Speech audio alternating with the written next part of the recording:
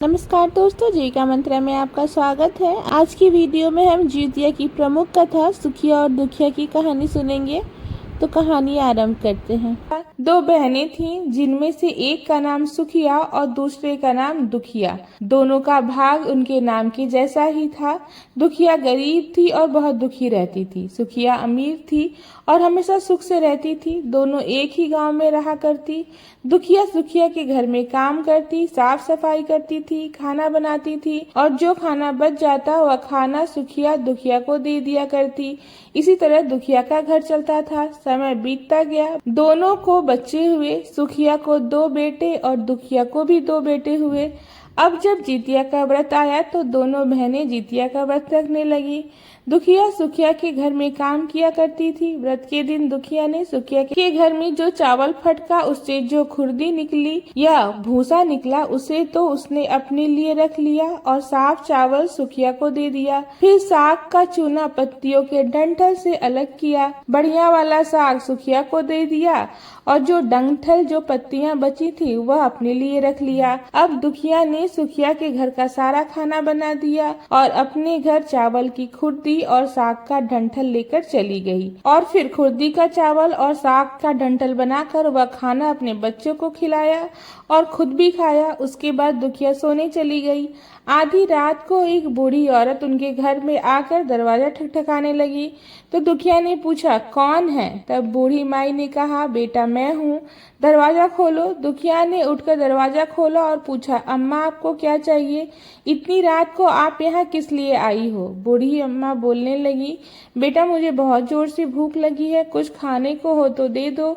दुखिया उसे घर के अंदर ले आई और कहने लगी, माँ जी हम लोग बहुत गरीब हैं। आज मैंने खुर्दी का चावल और साग का डंठल बनाया है, क्या आप खाएंगी? तो बुढ़िया माई कहने लगी, हाँ हाँ क्यों नहीं खाएंगे, मुझे तो बहुत जोर से भूख लगी है, मैं वही खा लूंगी। तब दुखिया घर के अंदर गई और खुर्दी का चावल और डंठल का साग लाके बुढ़िया माँ को दे दिया। बुढ़िया माँ ने खाना खाने के बाद कहा कि मुझे अच्छे से कुछ दिखाई नहीं देता बेटी, इतनी रात को अंधेरे में मैं अपने घर भला कैसे जाऊंगी? तो दुखिया कहने लगी, माँ जी कोई बात नहीं, आप आज रात यहीं पर सो जाइए, सुबह अपने घर चले जाइएगा। बूढ़ी माई दुखिया के घर पर ही सो गई। थोड़ी देर बाद उठकर बूढ़ी माई बोली, बेटा मुझे पैखाना जाना है, कहाँ जाऊं? तो दुखिया कहने लगी, माँ जी मेरे घर में बाथरूम नहीं है, इसलिए आप उधर कोने में कर लीजिए। अब बूढ़ी माई ने पूछा कि बेटा भड़भड़ करूं या छर करूं? दुखिया नींद में थी, कहने लगी, माँ जी भड़भड़ कर दो, मैं सुबह साफ कर दूंगी। फिर थोड़ी देर बाद बूढ़ी पूछने लगी कि बेटा अब बताओ मैं अपने हाथ कहाँ साफ करूं? तो दुखिया कहने लगी, माँ जी आप मेरे सर पर अपने हाथ को साफ कर लीजिए। उधर जब सवेरा हुआ तो दुखिया को यह देखकर सब कुछ एक सपने के जैसा लगा। उसे लगा कि शायद सोते समय मुझे कुछ सपना आया होगा।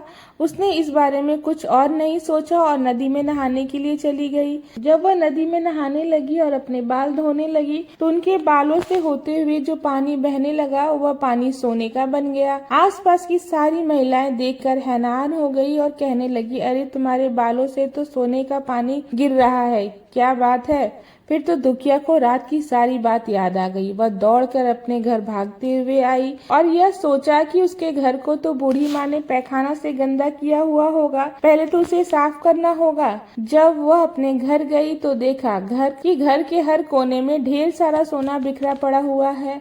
यह सब देखकर दुखिया बहुत खुश हो गई और सोचने लगी कि जितमान बाबा और जिमूत वाहन भगवान की कृपा है, यह सब तो माता का रूप धारण करके मेरे घर आए और मुझे इतना आशीर्वाद देकर गए। इस तरह दुखिया अमीर हो गई। अब उसने सुखिया के घर जाकर काम करना बंद कर दिया। इधर दुखिया जब अपना व्रत पूरा करती है तो अपने पुत्र से कहने लगी कि जाओ मौसी के घर से तराजू लेकर आओ, यह नापने के लिए कि सोना कितना है। बच्चा बहुत खुशी से सुखिया मौसी के घर गया और तराजू मांगने लगा। तो सुखिया ने पूछा, तराजू पर तुम्हें क्या तौलना है? बच्चा बोला, मौसी मेरे घर में बहुत ढेर सारा सोना है, उसी को तौलना है। तब सुखिया कहने लगी, खाने के लिए तुम्हारे पास तो कुछ भी नहीं है और सोना तौलना है, झूठ बोलते हो।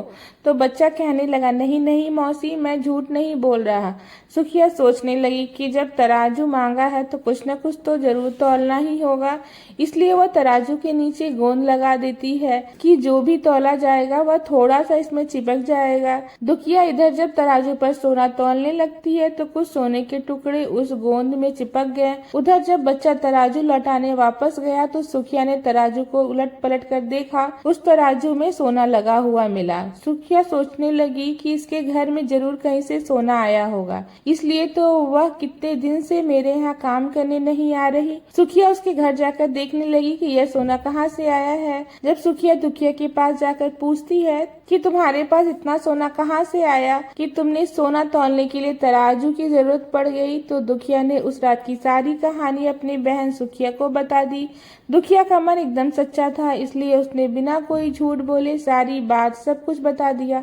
लेकिन इधर सुखिया के मन में लालच आ गया कि दुखिया के पास तो हमसे भी ज्यादा धन आ गया है, अब अगली जितिया मैं भी खुर्ती का चावल और डंठल की साग ही बनाऊंगी।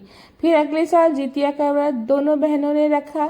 सुखिया के पास हर तरह का सुख था, धन भी था, फिर भी उसने जितिया के दिन चावल फटका और साफ चावल फेंक दी और खुर्दी उसने अपने पास रख ली। साग के पत्ते तोड़कर फेंक दिए और डंठल अपने पास रख लिए और फिर उसने वही बनाया खाया। फिर पूजा पाठ करके सोने चली गई। फिर आधी रात को उसके घर भी बूढ़ी माई आई। सुखिया आंखें बंद करके सोने का नाटक करती हुई उसी का इंतजार कर रही थी। तुरंत दरवाजा खोलकर बूढ़ी माई को अपने घर के अंदर बुला लिया। बूढ़ी माई कहने लगी, बेटा मुझे बहुत भूख लगी है, कुछ खाने को दे दो। तो सुखिया कहने लगी, माँ जी मैंने खुर्दी का चावल और डंठल का साग बनाया है। बूढ़ी माई पहले की तरह बोली, कोई बात नहीं, मैं खा लूंगी। तो सुखिया ने खाना परोस दिया। बूढ़ी माई को खाना देने के बाद वह सोने के लिए चली गई। तो बूढ़ी माई कहने लगी, बेटी रात बहुत हो गई है, मुझे दिखाई नहीं देता, मैं अपने घर नहीं जा सकती। सुखिया कहने लगी, कोई बात नहीं माँ जी, आप यहीं पर सो जाओ। थोड़ी देर बाद बूढ़ी माई फिर बोली, बेटी मुझे पैखाना जाना है, कहाँ जाऊँ? सुखिया कहने लगी, वहीं कोने में कर लीजिए। थोड़ी देर बाद बूढ़ी माई ने फिर पूछा कि भर भर करूं या छर छर कुछ। इस समय सुखिया को याद नहीं आया कि दुखिया ने क्या बोला था, तो सुखिया बोली, माँ छर छर कर दीजिए। फिर बूढ़ी माई ने पूछा, बेटा अच्छा मैं अपने हाथ कहाँ साफ करूं? सुखिया कहने लगी, मेरे सिर पर साफ कर लीजिए। बूढ़ी माई ने अपना हाथ सुखिया के सिर पर साफ कर लिया। उधर जब सुखिया सुबह उठी तो देखा उसका सारा घर गंदगी से भरा पड़ा हुआ है और उसके बालों में भी गंदगी लगी हुई थी। यह देखकर सुखिया बहुत दुखी हुई और उसे बहुत गुस्सा भी आया। वह अपनी बहन दुखिया को बुलाती है और उस पर बहुत गुस्सा करने लगी। कहने लगी, तुमने मुझसे झूठ बोला और मेरा पूरा घर गंदा करवा दिया।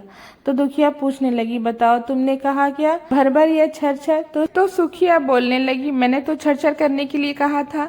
तो दुखिया कहने लगी, यही तो तुमने गलती कर दी, तुम्हारे पास तो सब कुछ था, किसी चीज की कमी नहीं थी, फिर भी तुमने लालच किया।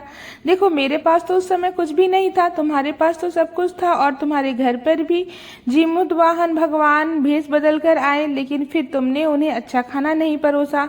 मेरे पास तो उस समय कुछ भी नहीं था, इसलिए मैंने उन्हें खुर्दी का चावल और डंठल का साग परोसा था। तुमने अपने घर में आए हुए भगवान का अपमान किया। सब कुछ होते हुए भी तुमने उन्हें साग और भात खिलाया। तुम्हारे पास सब कुछ होते हुए भी तुम्हें लालच नहीं करना चाहिए था, इसलिए तुम्हारे साथ बहुत बुरा हुआ। यह थी सुखिया और दुखिया की पौराणिक जितिया की कथा। मुझे उम्मीद है आप लोग को पसंद आई होगी। वीडियो पसंद आई हो तो वीडियो को लाइक कीजिए, औरों को भी शेयर कीजिए। साथ साथ ऐसी ही पौराणिक कथा कहानियों के लिए हमारे चैनल को सब्सक्राइब कर लीजिए। धन्यवाद।